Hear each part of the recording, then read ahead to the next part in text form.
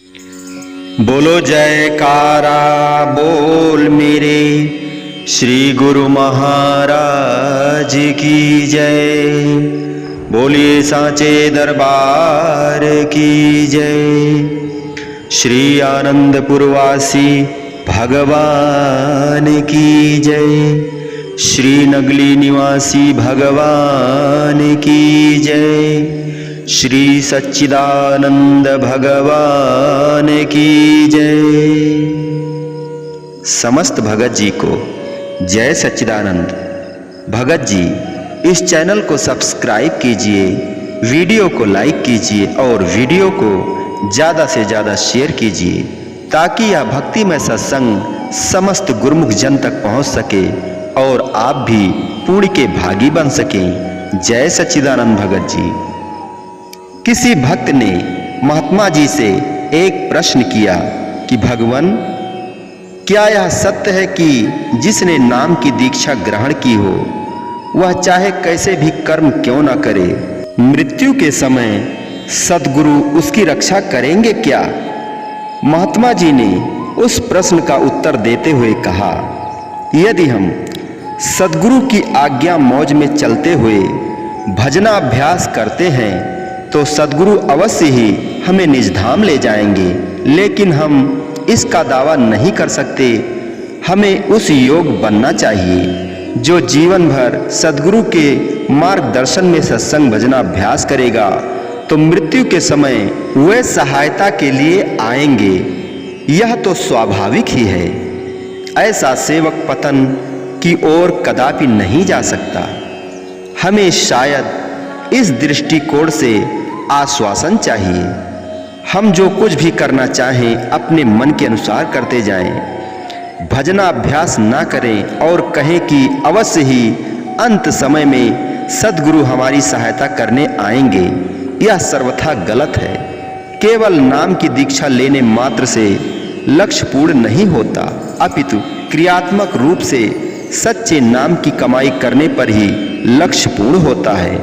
यदि एक बच्चा अत्यधिक उद्दंड बन जाता है अथवा चोरी आदि का निंदित कर्म करता है, अर्थात अपनी शिष्टता के विपरीत नियमों का उल्लंघन करता है, तो भी उसका पिता उसको पुलिस के हवाले नहीं करता। वह अपने बेटे को कैद में डालना कदापि पसंद नहीं करेगा, अपितु वह उसे सही मार्ग पर लाना चाहेगा, इसलिए उसे सजा देता है। तात्पर्य यह है कि यदि हम बिल्कुल भी भजनाभ्यास नहीं करते और यह चाहें कि तब भी मालिक के दरबार में स्वीकार किए जाएंगे अथवा हमें सुर्खरुई मिलेगी, ऐसा नहीं। सजा तो मिलेगी ही। कभी कभी पिता द्वारा दी गई सजा पुलिस से भी ज़्यादा सजा कठिन होती है। फिर भी इस अनुशासन के पीछे शिष्टाचार के विचारों के साथ प्यार भी जुड़ा होता है। पिता के हृदय में कोई बदले की भावना नहीं होती। उसका लक्ष्य बेटे को सुधारना और उसे एक अच्छा इंसान बनाना होता है। पिता बेटे को सुधारने का दृढ़ प्रयास करता है, लेकिन पुलिस की कैद से बेटे को बचा कर रखता है। इसी प्रकार जो इस भक्ति मार्ग पर चलते हैं, सद्गुरु उन्हें काल के हवाले नहीं करते, अपितु सेवक का सुधार स्वयं ही करते हैं। बुरे कर्मों की सजा तो अवश्य मिलती है। नाम का बीज एक बार बो देने पर कभी भी नष्ट नहीं होता। यदि खेत उपजाऊ है और वहां पर बीज डाला है तो अवश्य अंकुरित होगा। किसी को एक या दो बार अथवा इससे ज़्यादा वर्षा की ज़रूरत है, वह बीज समयानुसार अंकुरित अवश्य होगा। इसी प्रकार जब सद्गुरु हमें नामोपदेश देते हैं, वे आत्मा को परमात्मा के समीप ले जाने की जिम्मेदारी लेते हैं, लेकिन हमें भी अपना कर्तव्य पूरा करना ही होगा। अपना कर्तव्य पूरा किए बिना हम ईश्वर के पास उज्जवल मुख जाने के योग नहीं हैं। परमात्मा तो अपनी अनंत कृपा से हमारा कर्म करवाते हैं और जो हम प्राप्त करना चाहते हैं उसे प्राप्त करवाते हैं।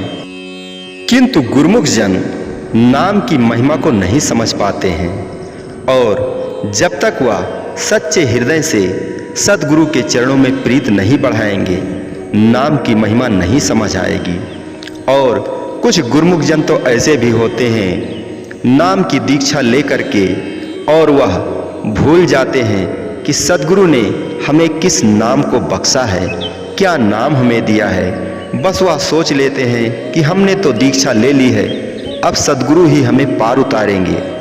मगर नहीं, जब तक आप स्वयं उस मार्ग पर नहीं चलेंगे तब तक आप अपने लक्ष्य तक नहीं पहुंच सकते, क्योंकि उस स्थान पर पहुंचने के लिए स्वयं को चलना होगा और दूरी तय करनी होगी, तभी आप वहां पहुंच सकते हैं। इसलिए किसी ने कहा भी है, यदि कोई भगवान के पास जाने का रास्ता बता दे और अगर आप नहीं चलेंगे तो आप कैसे पहुंच जाएंगे।